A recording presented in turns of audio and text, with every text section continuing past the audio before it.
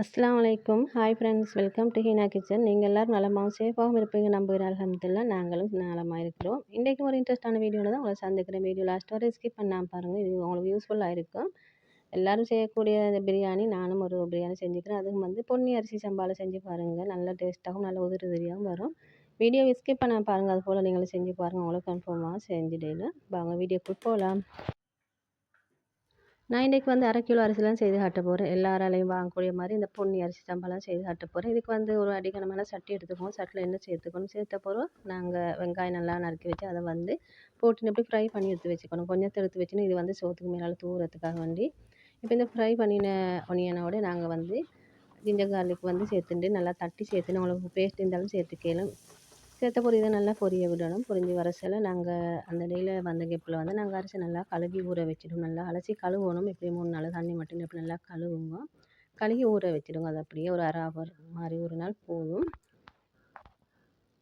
இதோடய நான் இப்போ அந்த எண்ணெயில் தக்காளி பழம் சேர்த்துட்டு நல்லா பழுத்த தக்காளி சேர்த்துக்கோங்க. சேர்த்த பொரி இதோட நான் கறி மிளகாய், சின்ன மிளகாய் இதெல்லாம் சேர்த்துருந்தேன். இதோட உங்களுக்கு கொத்தமல்லி, புதினா இலை சேர்த்துக்கல. நான் கருவேப்பிலை சேர்த்துனேன். சேர்த்த பொரி நல்லா கலந்து எடுத்துக்கணும். நான் ஒன்றை மறந்துட்டேன். நேரத்தோட சேர்த்துக்க வேண்டியதை நான் இப்போ தான் சேர்த்துட்டேன். பட்டை, கிராம்பு, ஏலக்காய் அதோட அன்னாச்சி பூ அதை சேர்த்துக்கணும். சேர்த்த பொரி எல்லாம் கலந்து விட்டுக்கணும். ஒரு சின்ன ஃபேமிலிக்கு இந்த அளவுகள் கணக்காக இருக்கும். 1/2 கிலோ அரிசியில் செய்கிறது ஒரு 3-4 பேர் சாப்பிடக்கூடிய அளவுக்கு இருக்கும். இதோட கொஞ்சம் உப்புத்தூள் சேர்த்து நல்லா கலந்துட்டுக்கணும். கலந்துட்ட பிறகு நாங்கள் சிக்கனை நல்லா உப்பு மஞ்சள் போட்டு கழுவி வச்சுக்கணும். இப்போ இதுக்கு மசாலாக்கள் சேர்த்துன்னு இது அளவுகளெல்லாம் டிஸ்கிரிப்ஷனில் தரேன். நீங்கள் அது கூட பார்த்து செஞ்சு பாருங்கள். சேர்த்த பிறகு நல்லா கலந்துட்டுக்கும். நல்லா கலந்துட்ட பிறகு இதோட தயிர் சேர்த்துக்கணும். தயிர் நல்ல புளிப்பு இல்லாத கெட்டியான தயிர் சேர்த்துக்கணும். 1 டேபிள் ஸ்பூன் மாதிரி சேர்த்துட்டேன். உங்களுக்கு தயிரை ஒரு விஸ்கால நல்லா கலந்துட்ட போகிறோம். இதோட சேர்த்துக்கலாம். சேர்த்த போகிறோம். இப்போ நல்லா எண்ணெய் பிரிஞ்சு வருது. இப்போ இதோட சிக்கனை சேர்த்துட வேண்டியதான். சிக்கன் எப்படியும் 1/2 கிலோ அரிசிக்கு ஒரு 750 கிராம் போல் சிக்கன் சேர்த்துக்கோங்க. சேர்த்த போது தான் நான் கலந்துட்டு ஒரு 5 நிமிஷம் மாதிரி மூடி போட்டு மூடி வச்சிடும். நல்லா அந்த சிக்கன் எல்லாம் உப்பு மசாலாக்கு நல்லா இறங்கி கொஞ்சம் வேகணும். ஸ்ரீலங்கன் பிரியாணியில் முக்கியமாக கிழங்கு சேர்ப்போம். உருளைக்கிழங்கு அதுவும் ஒரு 2 உருளைக்கிழங்கு மாதிரி சேர்த்து கலந்துட்டு அப்படி இதை ஒரு 10 நிமிஷம் மாதிரி மூடி போட்டு மூடி வச்சுட்டேன். இப்போ 10 நிமிஷத்துக்கு பிறகு திறந்து பார்த்தா நல்லா கலந்து விட்டுக்கணும். இன்னப்படி இப்போ கலந்துட்ட பிறகு இதோட நாங்கள் இப்போ அரிசி சேர்த்துக்கணும். நல்லா ஊற வச்சு இந்த அரிசி சேர்த்துக்கணும். பொன்னி அரிசி சம்பா, பாஸ்மதி, கீரி சம்பா இதுக்கெல்லாம் அளவுகள் நீங்கள் எந்த பவுலால் எடுக்கோ அதில் 1க்கு 1.5 கப் அளவு தண்ணி சேர்த்துக்கோங்க. பயம் இல்லாமல் சேர்த்துக்கோங்க. உங்களுக்கு பிரியாணி நல்லா உதிரியாக வரும். இப்போ நீங்கள் சாப்பாட்டு அரிசி யூஸ் பண்ணுறேன்டா 1க்கு 1.25 அளவு தண்ணி சேர்த்துக்கோங்க. சேர்த்த பிறகு இதுக்கு உப்பு சேர்த்துக்கணும். உப்பு ஒரு கல் தூக்கலாக இருக்கணும். அப்போ தான் அந்த பிரியாணி லாஸ்ட்டில் உங்களுக்கு உப்பு இதெல்லாம் நல்லா பிடிச்சி நல்லா டேஸ்ட்டாக வரும்.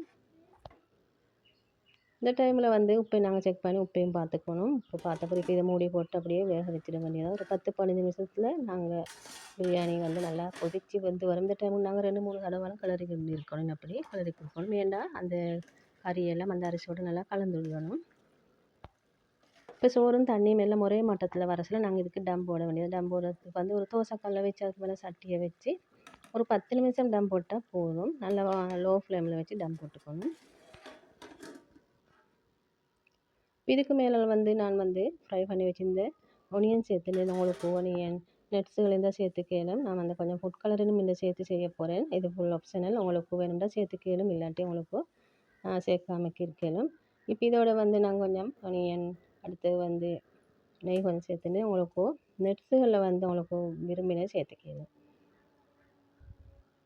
இப்போ கொத்தமல்லி, புதினா இந்த காய்கறிகள் எல்லாம் கிடைச்சி ஸ்ரீலங்கா பொறுத்தவரை சரியான அரிதேண்டா எல்லாம் வெள்ளத்தால் அழிஞ்சு போயிட்டுது.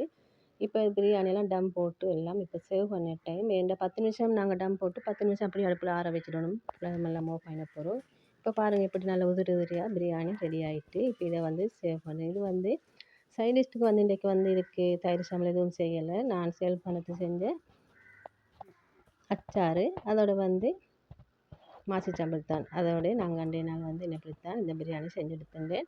இந்த வீடியோ பிடிச்சிருந்தா லைக் பண்ணி உங்களோட ஃபேமிலி அண்ட் ஃப்ரெண்ட்ஸில் ஷேர் பண்ணுங்கள். மறக்காமல் சப்ஸ்கிரைப் பண்ணுங்கள். இன்னும் ஒரு இன்ட்ரெஸ்டான வீடியோவை சந்திக்கும் வரை தேங்க்ஸ் ஃபார் வாட்சிங்.